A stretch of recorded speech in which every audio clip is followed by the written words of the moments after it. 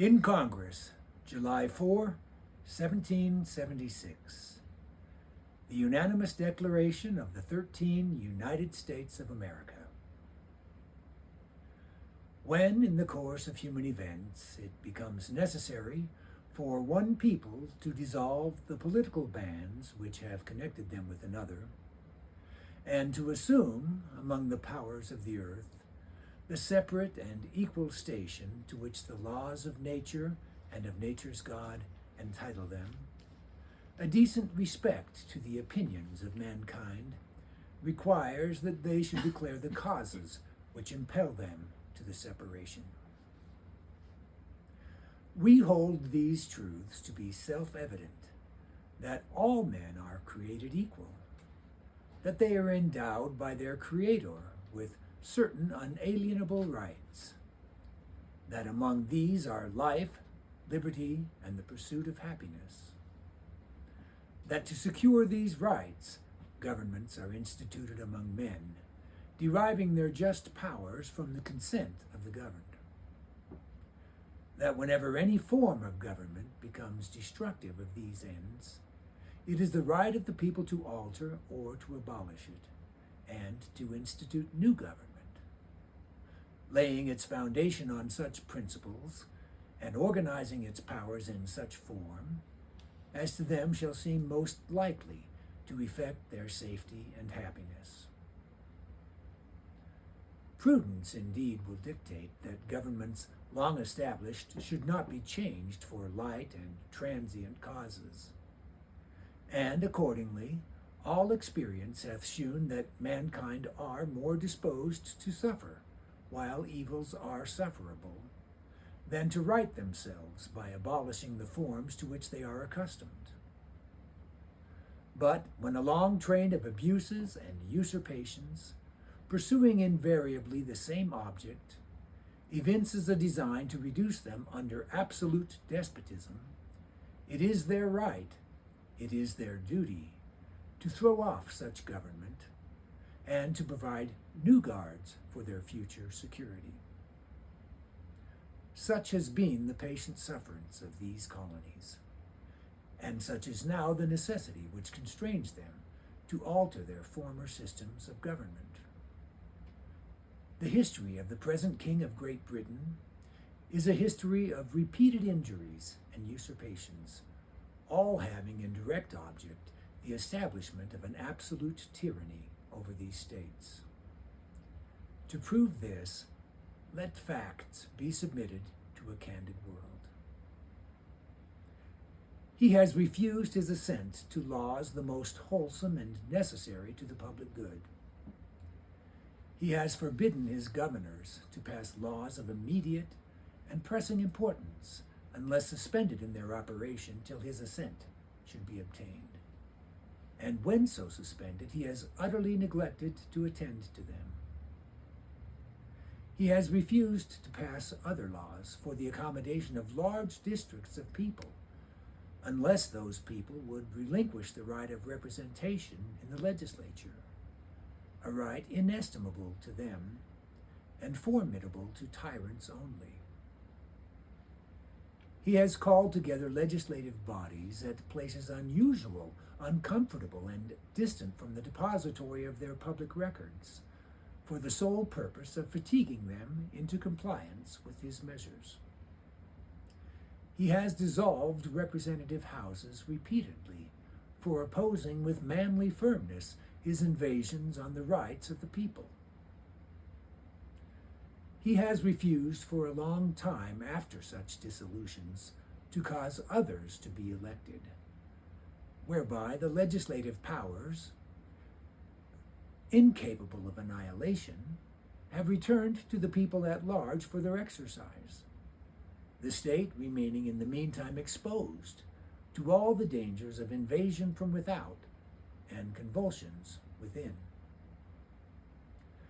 He has endeavored to prevent the population of these states, for that purpose obstructing the laws for naturalization of foreigners, refusing to pass others to encourage their migrations hither, and raising the conditions of new appropriations of lands. He has obstructed the administration of justice by refusing his assent to laws for establishing judiciary powers. He has made judges dependent on his will alone for the tenure of their offices and the amount and payment of their salaries. He has erected a multitude of new offices and sent hither swarms of officers to harass our people and eat out their substance. He has kept among us, in times of peace, standing armies without the consent of our legislatures. He has affected to render the military independent of and superior to the civil power. He has combined with others to subject us to a jurisdiction foreign to our Constitution and unacknowledged by our laws, giving his assent to their acts of pretended legislation, for quartering large bodies of armed troops among us, for protecting them by a mock trial from punishment for any murders which they should commit on the inhabitants of these states, for cutting off our trade with all parts of the world, for imposing taxes on us without our consent, for depriving us in many cases of the benefits of trial by jury, for transporting us beyond seas to be tried for pretended offenses,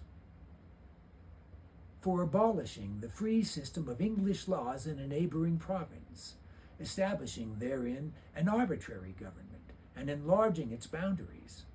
so as to render it at once an example and fit instrument for introducing the same absolute rule into these colonies, for taking away our charters, abolishing our most valuable laws, and altering fundamentally the forms of our governments,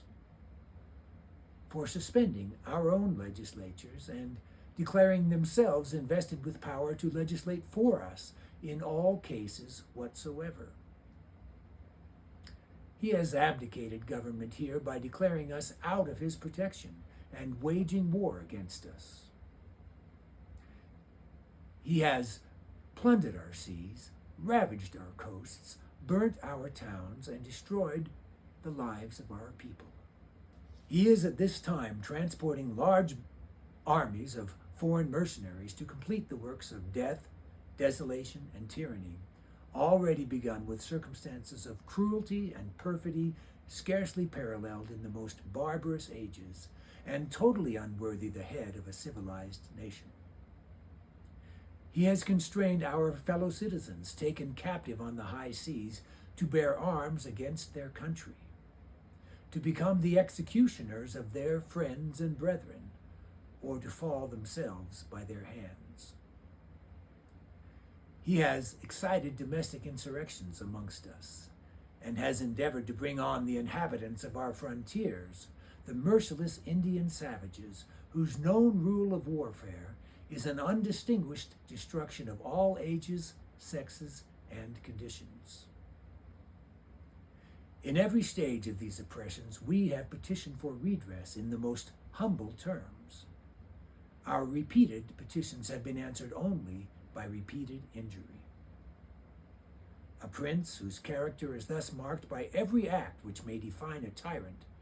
is unfit to be the ruler of a free people. Nor have we been wanting in attentions to our British brethren. We have warned them from time to time of attempts by their legislature to extend an unwarrantable jurisdiction over us.